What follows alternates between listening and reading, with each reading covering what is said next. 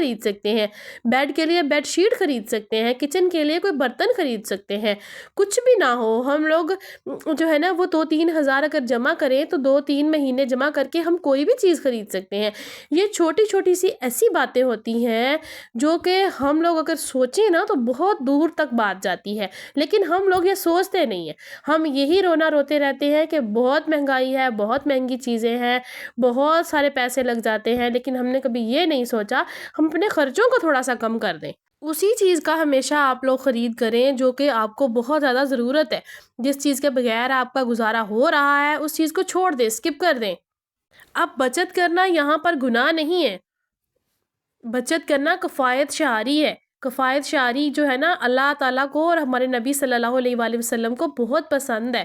انہوں نے ہمیشہ جو ہے نا آپ لوگوں نے دیکھا ہوگا، احادیث میں پڑھا ہوگا کہ ان کے جوتے بھی پیوند لگے ہوئے ہوتے تھے، ان کے کپڑے بھی پیوند لگے ہوئے ہوتے تھے، وہ جس جگہ پر سوتے تھے ان کے وہاں پر جو چٹائی ہوتی تھی وہ بھی جو ہے نا خراب ہوئی ہوتی تھی۔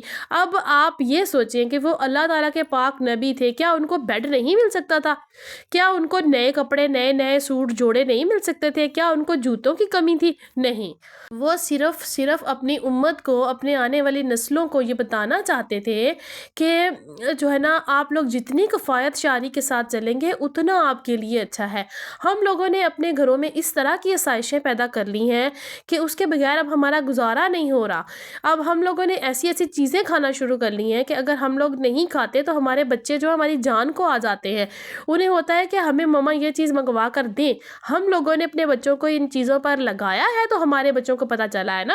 کوئی بھی بچہ ماں کے پیٹ سے تو سیکھ کے نہیں آتا نا کہ میں نے پیزا کھانا ہے، میں نے برگر کھانا ہے، میں نے شاورما کھانا ہے۔ آخر ہم لوگوں نے منگوا کر انہیں کھلایا تو انہیں پتہ چلا۔ اور یقین کریں آپ سوچ نہیں سکتے کہ یہ چیزیں بچوں کی صحت کے لیے کتنی نقصان دہ ہیں۔ آپ نے اگر کوئی چیز بنا کر کھلانی بھی ہے تو گھر پر بنائیں۔ گھر پر بنانے سے یقین کریں آپ اگر 2,000 کا پیزا منگوا رہی ہیں گھر میں 500 میں تیار ہو جائے گا۔ آپ لوگ ان چیزوں کو سمجھیں گے تو انشاءاللہ آپ بچت کر سکیں گے۔ آپ یقین کریں آپ کے گھروں میں جو ہے نا یہ والی بات ختم ہو جائے گی کہ مہنگائی بہت ہے، خرچے بہت ہیں، یہ چیز بڑی مہنگی ہے، گروسری بڑی مہنگی ہے۔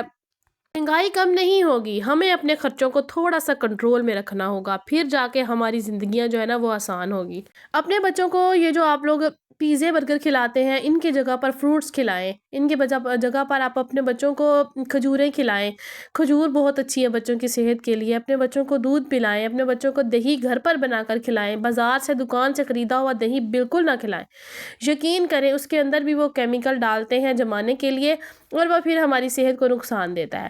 گھر پر بنائیں اور بنا کر اپنے بچوں کو کھلائیں، یہ وہ چیزیں ہیں جو ہمارے بچوں کی صحت کے لیے اچھی ہیں، انہیں نقصان نہیں دے گی۔ یہ چھوٹی چھوٹی سی ایسی باتیں ہیں جو کہ ہم لوگ سوچتے تو نہیں ہیں، لیکن جب پھر نقصان ہو جاتا ہے نا پھر بعد میں ہمیں پتہ چلتا ہے۔ وہ کہتے ہیں نا پنجابی میں کہاوت ہے کہ 11ویں دا پتہ 12ویں نو چلتا ہے۔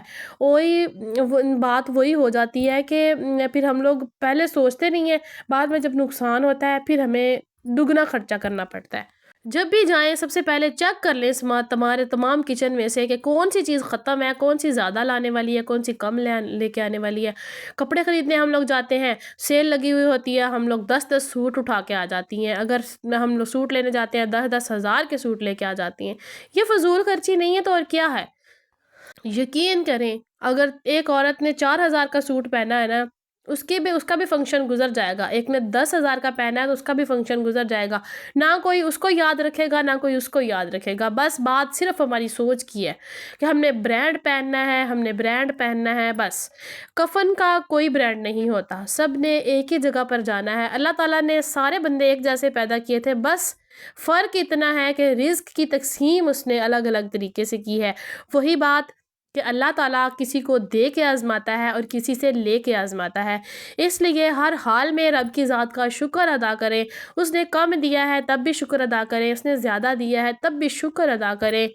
سر پہ چھت ہے، آپ کے پاس بچے ہیں، آپ کا شوہر آپ کو محبت کرنے والا ہے تو یقین کریں 3 وقت کا کھانا آپ کو مل رہا ہے، آپ سے خوش قسمت انسان اس دنیا میں ہی نہیں ہے۔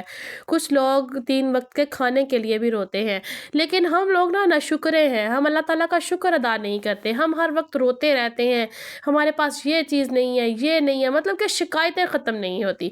جب ہماری لائف میں سے شکایتیں شکوے ختم ہو گئے نا، ہم لوگوں نے شکر ادا کرنا شروع کر دیا نا، اس دن سے ہماری لائف جو ہے نا وہ سنور جائے گی، ہم لوگ دیکھیں گے کہ پھر رزق کہاں سے آ رہا ہے۔ جناب یہی میری چھوٹی سی ویڈیو تھی، ویڈیو اچھی لگی ہو تو لائک شیئر کامنٹ ضرور کیجیے گا۔ جناب ملیں گے کل ایک نئی ویڈیو کے ساتھ، تب تک کے لیے مجھے دیجیے اجازت، دعاؤں میں یاد رکھیے گا، اللہ حافظ۔